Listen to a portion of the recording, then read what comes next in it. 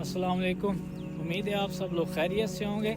आजकल लोग आपस में बात तो करते हैं मगर बात करने के लिए कोई बामकसद टॉपिक नहीं होता। अफसोस की बात है कि अक्सर महफिलें फैश, बेहुदा और बेमानी बातों में ज़ाया हो जाती हैं। आखिर कब तक और क्यों? याद रखें, हर लज्जत की एक हद होती है और उसकी इंतहा बेजारी ही होती है। अगर वाकई एक खूबसूरत, भरपूर और काबिल रश्क ज़िंदगी जीना चाहते हैं तो बातचीत के अंदाज और मौज़ूआत को भी खूबसूरत बनाइए। दुनिया, दीन, क़यामत, अकीदा, सियासत, खेल, सच्चाई और ज़िंदगी के हकीकी पहलुओं पर बात कीजिए।